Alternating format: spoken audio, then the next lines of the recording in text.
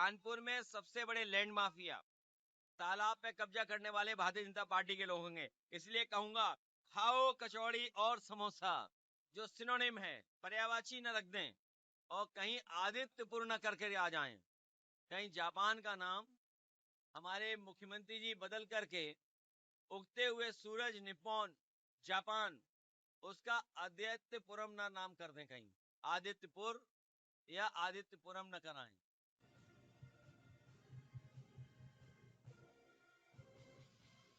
उत्तर प्रदेश के पूर्व मुख्यमंत्री और सपा मुखिया अखिलेश यादव ने कहा कि डिप्टी सीएम किसी लायक नहीं है। कानपुर में सपा प्रमुख अखिलेश यादव ने बटुक जो हमारे पूजनीय हैं उनकी चोटी पकड़कर अपमानित किया गया है।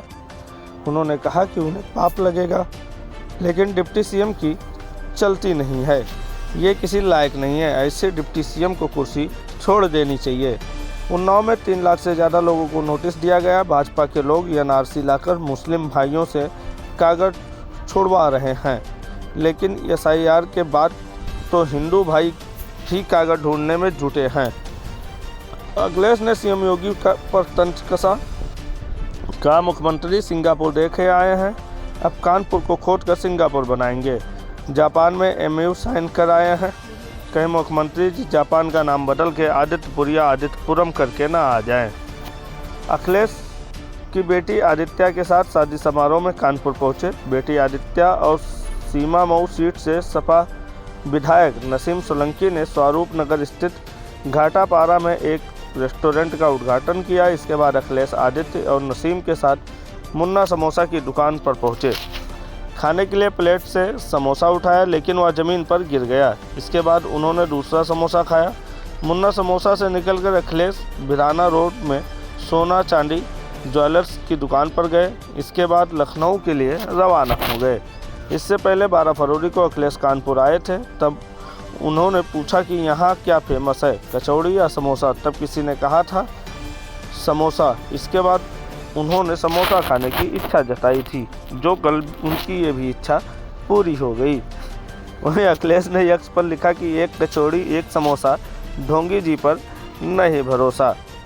अखिलेश के रैली को देखने के लिए उनके काफिले के पीछे गाड़ी से पीछे दौड़ रहे कार्यकर्ता को लगी चोट। अखिलेश ने उतर के सैनिटाइजर दिया तो वो जैसे उसे कार्यकर्ता को भगवान मिल गया हो, वो इतना गदगद हुआ कि चोट भूल कर सैनिटाइजर लेकर पीने लगा, मतलब लगाने लगा।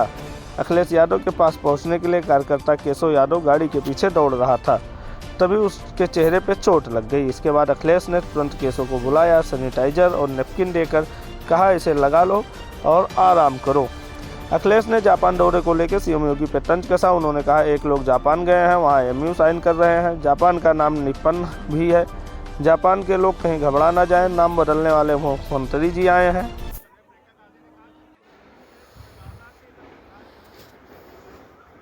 इंटरनेशनल मामले पर हम कुछ भी कह सकते हैं, लेकिन जिम्मेदारी अंतर्गत सरकार की है, प्रधानमंत्री जी की है।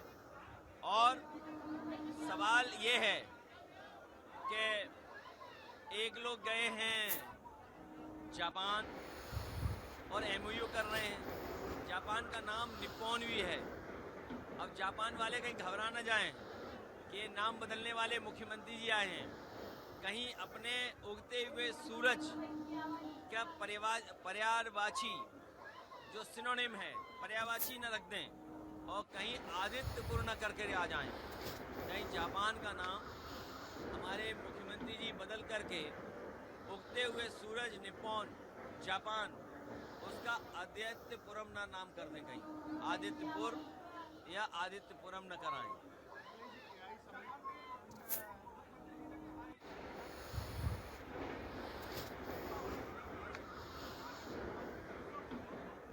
भारतीय जनता पार्टी से झूठा कोई नहीं है। अगर कभी भारतीय जनता पार्टी की बात पे यकीन करोगे तो आप बर्बाद हो जाओगे। इस देश की जनता ने भरोसा किया कि नोटबंदी के बाद भ्रष्टाचार खत्म हो जाएगा।